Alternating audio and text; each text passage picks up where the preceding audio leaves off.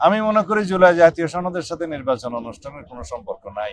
আগামী 17 তারিখ 4টার সময় জাতীয় সংসদের দক্ষিণ প্লাজায় যে জুলাই জাতীয় সনদের স্বাক্ষর অনুষ্ঠান হবে, ঐতিহাসিক স্বাক্ষর অনুষ্ঠান হবে, তার আগে মাননীয় প্রধান উপদেষ্টা আশ্বস্ত হতে চেয়েছিলেন বিভিন্ন বিষয়ে এবং উনি আহ্বান জানিয়েছেন যাতে সবাই অংশগ্রহণ করে এবং এটাকে একটা ঐতিহাসিক দলিল হিসেবে আমরা সংরক্ষণ করি, স্বাক্ষর করি।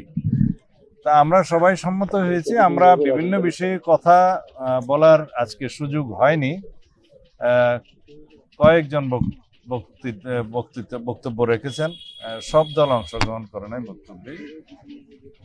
তা আমি আমার বক্তব্যে বলেছি আমরা ফেব্রুয়ারির প্রথমার্ধে জাতীয় সংসদ নির্বাচন অনুষ্ঠানের লক্ষ্যেই যাবতীয় কর্মকাণ্ড পরিচালনা করছি।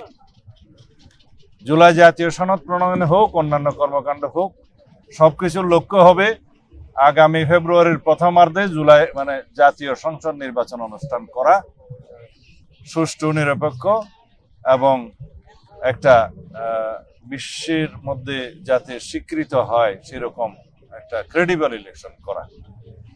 এখন সেটা করার লক্ষ্যে আমরা জুলাই জাতীয় সনদ যেটা প্রণয়ন করছি তার সাথে সম্পর্ক কি? আমি মনে করি জুলাই জাতীয় সনদের সাথে নির্বাচন অনুষ্ঠানের কোনো সম্পর্ক নাই। এই সংস্কার সারা জাতি চায়, আমরাও চাই। এই সংস্কার যেই দলই ক্ষমতায় আসুক বা জাতীয় সংসদে যারাই মেজরিটি পাক তাদেরকে এটা বাস্তবায়ন করতেই হবে।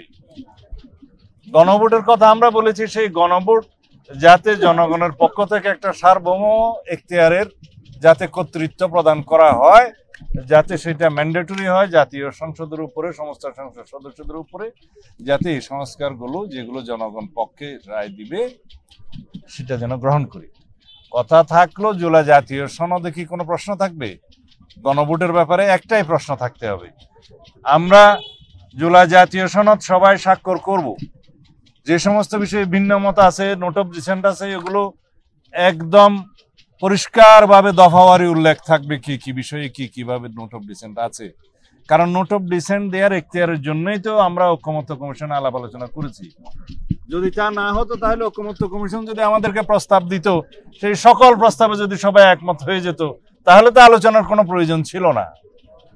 আলোচনার উদ্দেশ্যই ছিল যে যে সমস্ত বিষয়ে রাজনৈতিক দলগুলো একমত সেগুলো সংকলিত করা, যে সমস্ত বিষয়ে দ্বিমত অথবা ভিন্ন পথ সেগুলো সংকলিত করা। এখন আমাদের সিদ্ধান্ত হয়েছে জুলাই জাতীয় সনদ স্বাক্ষরিত হবে উইথ নোট অফ ডিসেন্ট, যে সমস্ত বিষয়ে ভিন্ন মত আছে সেগুলো স্পষ্ট করে উল্লেখ করা সহ, এবং সেইভাবেই জুলাই জাতীয় সনদ প্রণীত হলে, স্বাক্ষরিত হলে গণভোটের একটাই প্রশ্ন থাকতে পারে যে জনগণ জুলাই জাতীয় সনদ যেভাবে স্বাক্ষরিত হয়েছে তার পক্ষে আছে কি নাই, হ্যাঁ অথবা না বলুন। যারা আমরা আশা করি এই গণভোটে না ভোটের পরিমাণ হাতে গোনা যাবে, কারণ সমগ্র জাতি তো সংস্কারের পক্ষে।